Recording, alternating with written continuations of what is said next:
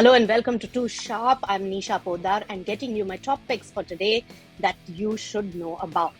So first is about tariff war, how India is poised for the 2nd of April, and it's a strong show by the Indian markets today.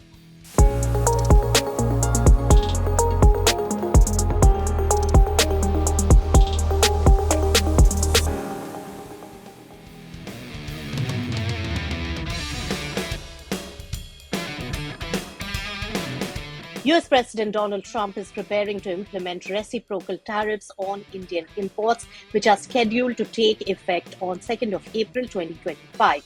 We know this, and these measures are a response to what the US administration perceives as India's unfair trade practices, particularly regarding the high tariffs imposed on US goods. Now, on tariff details, the proposed US tariff aims to match Indian duties on the American products. For example, while the US imposes a 2.5% tariff on Indian motorcycles, India levies a 100% tariff on the US motorcycles. Similarly, the average most favored nation tariff on agricultural goods is 5% in the US compared to 39% in India. So the US manufacturing exports to India, valued at nearly $42 billion in 2024, are subject to high tariff rates ranging from 7% on wood products and machinery, 15 to 20% on footwear and the transport equipments, and nearly 68% on food items. So what's the economic impact? Analysts are concerned that these tariffs really could negatively impact the Indian economy. A report from Standard Bank also estimates that a uniform 10% tariff on all Indian imports could reduce India's economic growth by 50 to 60 basis points. That's a big number. The Indian government is considering several measures to really mitigate the impact of US tariffs on the economy, including easing also of non-trade barriers and also relaxing restrictions on foreign direct investment from countries like China. Now, according to a report by the Indian Express, New Delhi may really contemplate relaxing the centre's 2020 policy, which, remember, requires approval from the centre for investments from companies in countries which share land border with India. We know that it was primarily aimed probably at China. A parliamentary committee has also recommended lowering tariffs on imported raw materials to really support the domestic manufacturers in India. So India is also planning to finalize trade agreements with the European Union as well as New Zealand this year, and it is expediting talks with Britain over a trade deal. Let's talk about the trade negotiations with the US. Meanwhile, India and the US are reportedly close to finalizing a bilateral trade agreement to avert the impending tariffs. The Ministry of External Affairs has confirmed this bit. Now, the goal is really to expand trade, enhance market access, and also to reduce both tariff as well as non-tariff barriers. Negotiations have been particularly challenging in agriculture, which is crucial and also heavily protected in India.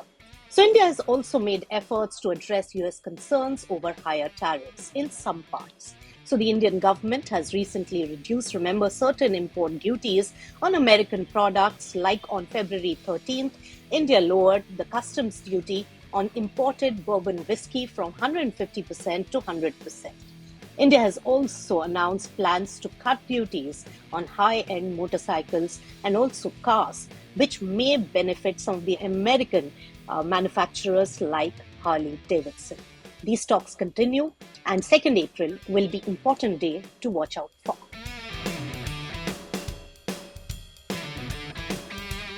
Let's now talk about the Indian markets rally. The benchmark indices had really extended their rally for the 6th consecutive session in India, with the Sensex jumping over 1,000 points, and we saw Nifty 50 closing above 23,650 level, gained primarily because of banking and energy stocks, foreign capital inflows which are seen, and also bargain buying that has been seen in the Indian markets.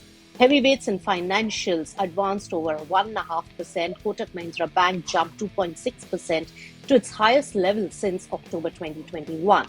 So Kotak Mahindra Bank, ICICI Bank were amongst the four Nifty 50 stocks that hit 52-week highs on Monday.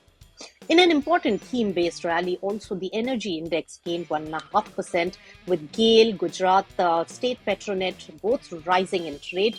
And this is on the likely benefits coming in from the proposed amendments in gas transmission tariff regulations. Shares of Indraprastha Gas also climbed in trade. Looking at the overall scenario, what's really driving the rally? Two big reasons. First, the foreign investors are back in the Indian markets. After months of outflows, FIIs have turned now net buyers in 3 of the last 4 trading sessions. On March 21st alone, they poured close to about 7,500 crores. Second, US Treasury yields, they have been falling, and that has dropped 40 basis points since mid-February, making the emerging markets like India far more attractive to the buyers. And finally, the Indian rupee. Let's focus on that. That's also strengthened for the 9th straight trading session, 85.63 levels right now, and it has gained, also driven by the renewed foreign inflows coming in. And also remember, softening crude has impacted our rupee trade as well. So both money as well as equity market have given us a reason to cheer today. With that, it's a wrap on Too Sharp with ET.